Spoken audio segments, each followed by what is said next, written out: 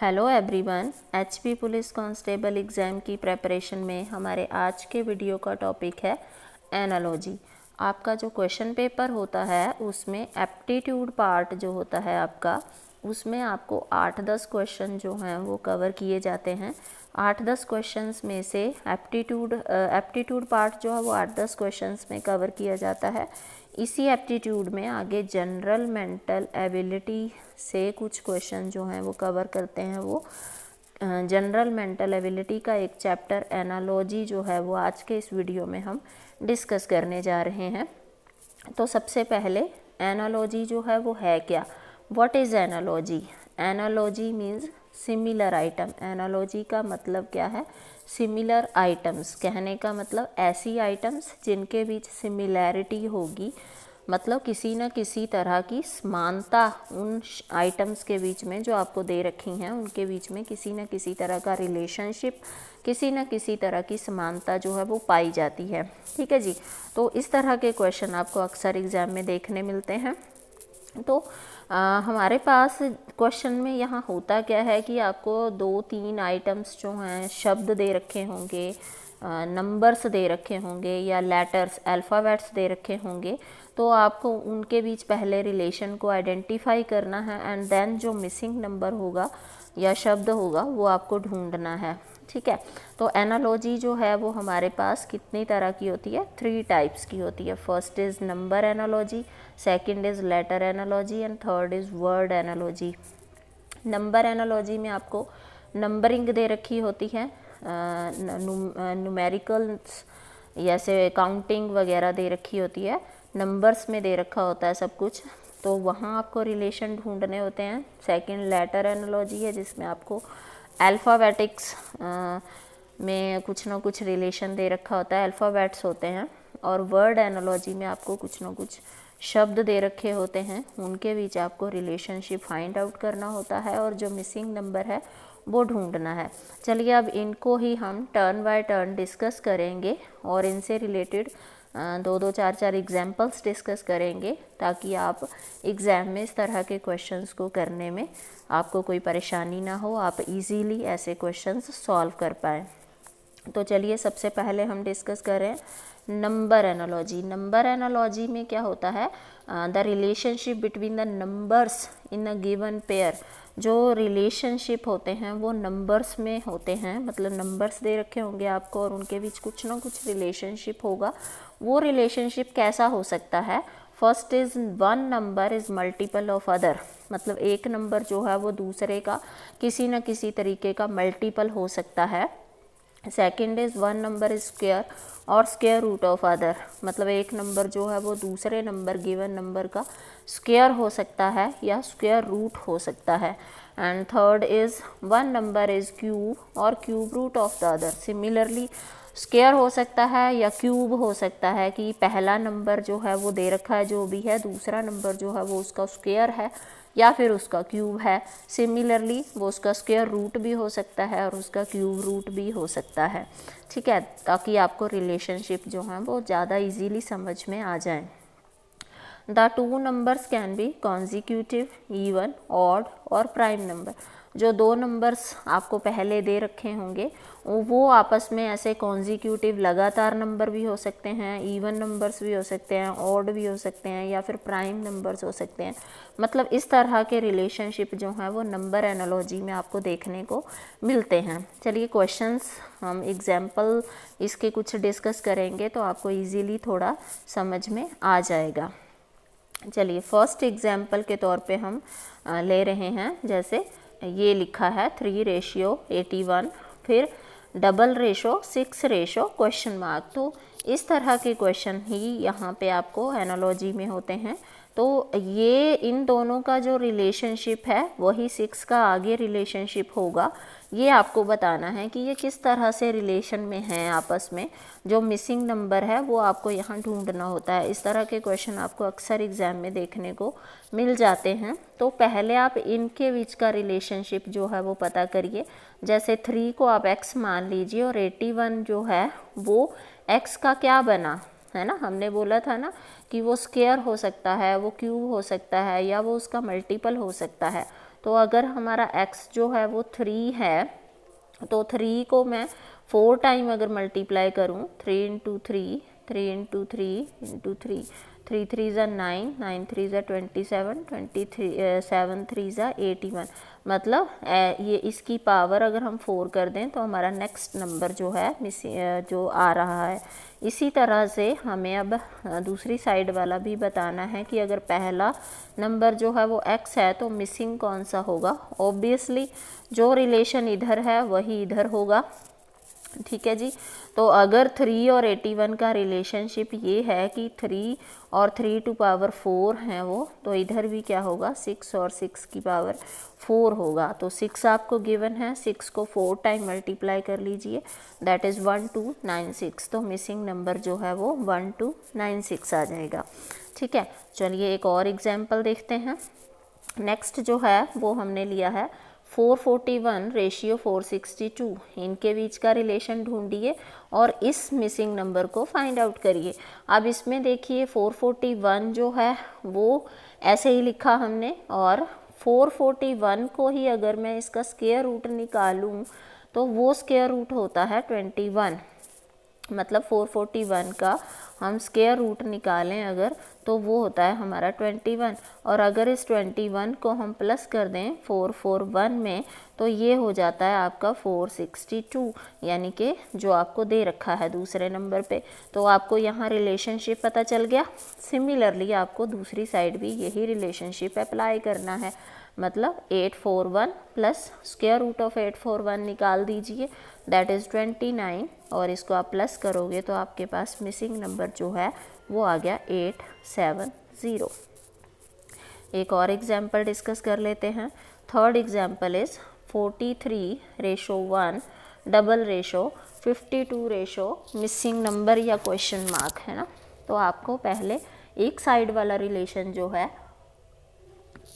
वो पता करना होता है कि क्या बन रहा है, तभी आप दूसरी साइड वाले रिलेशन को डिस्कस कर पाएंगे। अब 43 और रेशियो 1 ये कैसा रिलेशनशिप हुआ। यहाँ तो ना मल्टीपल की बात हो रही है, ना स्क्वायर की बात हो रही है, ना क्यूब रूट की बात हो रही है, ना स्क्वायर रूट की बात हो रही है, कुछ पता नहीं चल रहा है। बड़ा ही सिंपल सा है। आप 4 - 3 करोगे तो क्या आ जाता है, 1 आ जाता है। तो यही रिलेशनशिप है इनके बीच। सिमिलरली आप 5 - 2 कर दो तो क्या आ जाएगा, 3 आ जाएगा। तो इस तरह से आपका मिसिंग नंबर जो है वो क्या हो जाएगा, यहाँ 3 हो जाएगा, ठीक है जी। ये रहा आपका number analogy. Second one is letter analogy. अब आ जाते हैं लेटर्स के ऊपर। लेटर एनालॉजी में भी क्या होता है कि इसमें ऐसे क्वेश्चन होते हैं जिनमें लगभग ये नंबर एनालॉजी जैसा ही होता है। इन क्वेश्चंस में आपको रिलेशनशिप बताना होता है between 2 groups of letter on each side of this sign. ये वाला जो साइन है उसकी दोनों साइड में जो आपको ग्रुप ऑफ लेटर दे रखा होगा उनके बीच आपको रिलेशनशिप बताना है। नॉर्मली आपको 3 पेयर जो हैं वो दे रखे होते हैं, तो आपको क्वेश्चन मार्क वाली जगह जो है उसका मीनिंग ढूंढना है, ठीक है जी।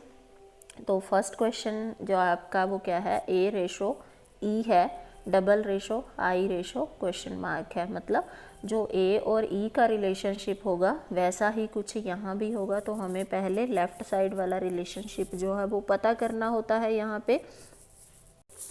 तो लेफ़्ट साइड वाला रिलेशन पता करने के बाद आप राइट वाले में ढूंढ सकते हैं। अब देखिए A और E का क्या रिलेशन है, AEIOU, ये AEIOU ये क्या होते हैं, हमारे बॉबल्स होते हैं, ठीक है।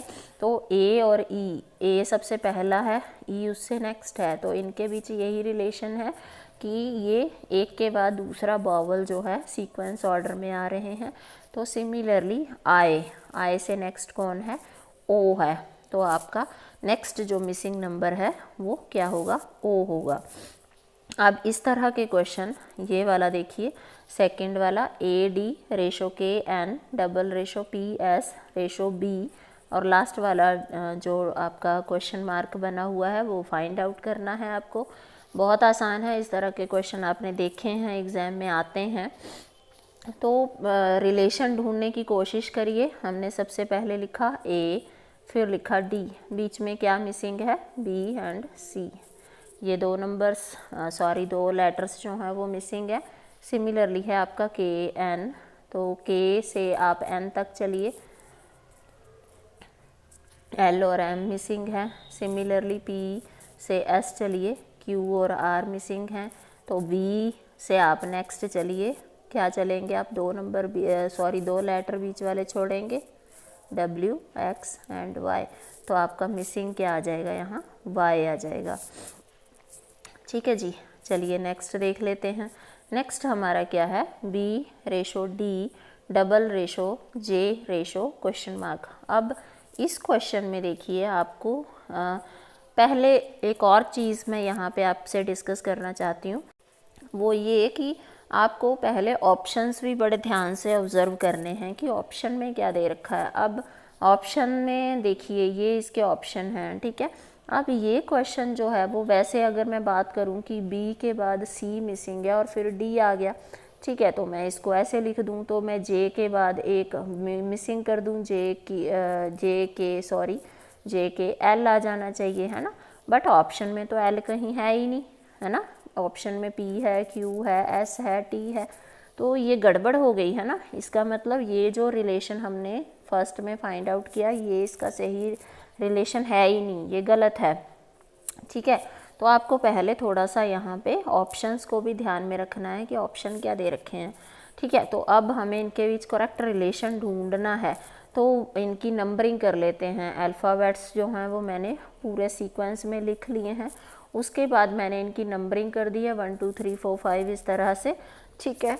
अब जो हमारा बी है वो आता है हमारा दूसरे नंबर पे, और जो हमारा डी आता है वो आता है 4th नंबर पे, ठीक है। पहले हमने ऐसे ही डायरेक्ट करके देखा तो हमारा कुछ आंसर मैच नहीं हो रहा है, तो इसको अब हम इस तरीके से देखेंगे कि बी अगर 2 है और डी हमारा 4 होता है, तो यानी कि इनके बीच कैसा रिलेशन हो गया, 2 × 2 यानी कि 4, ठीक है जी। 2 × 2 यानी कि 4 के बराबर हो गया। मतलब जो हमारे पास पहला नंबर है, दूसरा वाला जो है वो उसका 2 टाइम है ना, ठीक है, यही रिलेशन निकला। तो अब हमारा जो नेक्स्ट है मिसिंग जो गिवन है वो जे है। जे की नंबरिंग अगर हम करते हैं तो जे आता है हमारा 10th प्लेस पे, ओके। तो हमें क्या करना है, पहले वाले का 2 टाइम जो है हमारा नेक्स्ट आ रहा है, तो दैट इज़ 20th। तो हमारा 20th नंबर पे कौन आ रहा है, जब हम सीक्वेंस वाइज लिखते हैं पूरी सीरीज़ को, तो हमारा सीक्वेंस वाइज 20th नंबर पे आता है टी। तो इसका राइट आंसर जो है वो क्या होगा, टी होगा। चलिए आगे चलते हैं इस क्वेश्चन में। नेक्स्ट जो हमारा एग्जाम्पल है C ratio I double ratio D ratio question mark. अब इसमें भी सेम वही चीज़ है कि आपको क्या करने हैं, आपको ऑप्शन जो हैं वो भी ध्यान में रखने हैं। तो सी और आई का रिलेशन ढूंढिए, ए बी सी पूरी आप इसी तरह से लिख लीजिए, इनकी नंबरिंग भी कर लीजिए। सी हमारे पास होता है 3rd नंबर पे और आई हमारे पास जा रहा है 9th नंबर पे, ओके। तो 3 × 3 होता है हमारा 9, ठीक है जी। तो ये हो गया 3 × 3 हो गया 9, यानी कि ये 3 का 3 टाइम हो गया, या आप कह लो कि 3 का स्क्वायर हो गया, है ना। तो दैट इज़ 9 हो गया, ठीक है जी। अब इसी तरह से हमारे पास अगला जो है वो डी है, और डी का मिसिंग नेक्स्ट कौन होगा, डी हमारा 4th होता है, तो 4th जो है उसका स्क्वायर कर दीजिए, दैट इज़ 16 नंबर पे आ जाता है हमारा पी, ठीक है। तो इस तरह से आपको यहाँ पे पहले ये देखना है कि आपका कौन सा जो है नंबर वो सही बनता है, ठीक है। तो अगर आप देखिए इसमें थोड़ा सा एक और चीज़ है जो कईयों के माइंड में आ सकती है कि सी जो है वो 3rd था और आई जो है वो 9th था, तो 3 × 3 9 हो गया, ठीक है। जैसा हमने इस क्वेश्चन में किया कि ये पहले वाले का 3 टाइम जो है वो अगला नंबर आ रहा है, ठीक है, अगला लेटर जो है वो आ रहा है, ठीक है। तो ये यहाँ क्यों नहीं हमने अप्लाई किया, हमने स्क्वायर ही क्यों किया, इसको हम ऐसे भी लिख सकते हैं ना, पिछले वाले को भी हम 2 की पावर 2 लिख सकते थे, पर हमें ऑप्शंस भी ध्यान में रखने हैं, ये मैं बार बार बोल रही हूँ। तो यहाँ पे अगर हम अगला नंबर यानी कि डी का 4 और 4 को मैं 3 टाइम करूँ अगर इस तरह से, तो वो होता है 12। ठीक है, तो 12 नंबर पे आता है हमारे पास एल, जो हमारे ऑप्शन है वहाँ एल है ही नहीं, है ना। इसका मतलब ये रिलेशन नहीं है हमारा सही। ठीक है जी, तो इसको इस वजह से हम 3 का स्क्वायर कर रहे हैं और यहाँ पे हम 4 का स्क्वायर करके लेंगे, यानी कि 4 × 4 16। तो 16 नंबर पे क्या है, पी है, तो पी हमारे पास ऑप्शन में है। तो इस तरह से आपको जब भी ये रिलेशंस ढूंढने हैं तो आपको थोड़ा सा ऑप्शंस को भी ध्यान में रखना है कि ऑप्शंस में क्या क्या गिवन है आपको। ठीक है जी, फिर आप आसानी से इन क्वेश्चंस को कर पाएंगे। चलिए नेक्स्ट चलते हैं हमारी वर्ड एनालॉजी पे। ये बहुत ही सिंपल से क्वेश्चन होते हैं पर इसमें कन्फ्यूज़न भी बहुत क्रिएट होती है स्टूडेंट्स को। वर्ड एनालॉजी में भी सेम वैसा ही होता है, यहाँ आपको शब्दों के बीच रिलेशनशिप जो हैं वो ढूंढने होते हैं। ठीक है, एक साइड वाले शब्दों के रिलेशन ढूंढिए, दूसरी वाला फाइंड आउट कर दीजिए। ठीक है, अब जैसा फर्स्ट है सेलर, शिप है और लॉयर का मिसिंग है। ठीक है, तो सेलर जो होता है नाव चलाने वाला, है ना, या शिप चलाने वाला सेलर होता है, उसका शिप के साथ क्या रिलेशन है, वही लॉयर का रिलेशन होगा किसके साथ। ठीक है, तो आपको यहाँ पे रिलेशन ढूंढना है। पहले तो सेलर जो होता है वो शिप पे काम करता है, तो लॉयर जो है वो कहाँ काम करता है, लॉयर जो है वो कोर्ट में काम करता है। ठीक है, तो ये चीज़ जो है यहाँ पे सही ऑप्शन सी आएगा। नेक्स्ट जो है लव, हेट। लव का ऑपोजिट क्या होता है, हेट होता है, तो ये इनके बीच का रिलेशन है। सिमिलरली क्रिएट का हेट क्या, क्रिएट का ऑपोजिट है ना, क्या होगा, क्रिएट होता है बनाना। ठीक है, तो इसका ऑपोजिट क्या होता है, ऑब्वियसली डिस्ट्रॉय करना, तोड़ देना, ख़राब कर देना। तो ये इसका राइट आंसर है। सिमिलरली चलिए अगले पे चलते हैं। थर्ड इज़ टच, जो है होता है वो फील से रिलेट है। किसी चीज़ को हम टच करते हैं या कोई चीज़ हमें टच करती है तो हमें वो फील होती है, तो वो टच जो है वो फील के साथ इस तरह से रिलेशन में है। जैसे ग्रीट करना रिलेशन में है, किसके साथ, ग्रीट करना होता है किसी को विश करना, किसी का अभिवादन करना, किसी भी तरीके से दूसरे को, मतलब जैसे आप किसी से मिलते हो तो आप उसको ग्रीट करते हो, तो ग्रीट जो है वो क्या शो करता है, जैसे टच करने पे आपको फील होता है तो ग्रीट करने पे कैसा लगता है या क्या पता चलता है। ठीक है, तो ग्रीट करने में स्माइल का कोई रिलेशन, फील जैसा रिलेशन आना चाहिए, है ना। ठीक है, तो स्माइल नहीं आएगा, एक्नॉलेज भी नहीं आएगा, सक्सेस भी नहीं आएगा, यहाँ पे आएगा मैनर्स। मतलब अगर आप किसी को, सामने वाले को मिलते हैं जब भी, तो आप उसको अच्छे से ग्रीट करते हो तो वो क्या समझता है आपके बारे में, क्या वो आपके बारे में फ़ील करता है कि आपके मैनर्स अच्छे हैं, है ना, आपको अच्छे से मैनर हैं। तो ये सारा मैनर्स से रिलेट करता है। ठीक है जी, चलिए नेक्स्ट देख लेते हैं। सनफ्लावर जो है वो लाइट के साथ उसी तरह से रिलेटेड है जैसे ये 4 ऑप्शन है आपको, torch, battery, scholar, books, ink, print, mood, humidity. Sunflower का फूल जो होता है वो सबको ही पता है कि वो लाइट की तरफ क्या होता रहता है, मूव करता है, अट्रैक्ट होता है, उसकी तरफ घूमता रहता है। जिस तरफ सनलाइट जाती है उसी तरफ वो अपना मुंह घुमाता रहता है, तो वो उसके पीछे मूव करता है। तो इस तरह का रिलेशन इनमें से किसका है, देखिए टॉर्च और बैटरी का ऐसा रिलेशन नहीं है, इंक और प्रिंट का भी ऐसा रिलेशन नहीं है, मूड और ह्यूमिडिटी का भी नहीं है। यहाँ आएगा स्कॉलर और बुक्स का। मतलब जैसे सनफ्लावर जो है वो लाइट की ओर मूव होता रहता है, इसी तरह से जो स्कॉलर होता है, जो पढ़ने वाला होता है, वो बुक्स के पीछे मूव करता रहता है, कि बुक्स के पीछे चला रहता है। ठीक है जी, चलिए नेक्स्ट जो है वो क्या है, कई बार ये क्वेश्चन जो है वो इस तरह से भी आ जाते हैं। King is to throne as जज इज़ टू, किंग जो होता है वो थ्रॉन के साथ, थ्रॉन होता है उसका वो बैठने वाला, जैसे जिसके ऊपर वो बैठता है, सिंहासन, है ना। 7 जो हमारा किंग होता है वो जिसके ऊपर बैठता है, उसको क्या कहते हैं, थ्रॉन, यानी कि सिंहासन। तो जज जो है वो किस पे बैठता है ना। तो यहाँ पे देखो जज किस पे बैठता है आएगा, क्योंकि किंग जो है वो थ्रोन पे बैठता है, तो जज कहाँ बैठता है, किस पे बैठता है ना, तो लॉयर तो बिल्कुल नहीं होगा, ट्रायल भी नहीं होगा। हाँ, यहाँ पे कुछ लोग कोर्ट और बेंच में कंफ्यूज हो सकते हैं।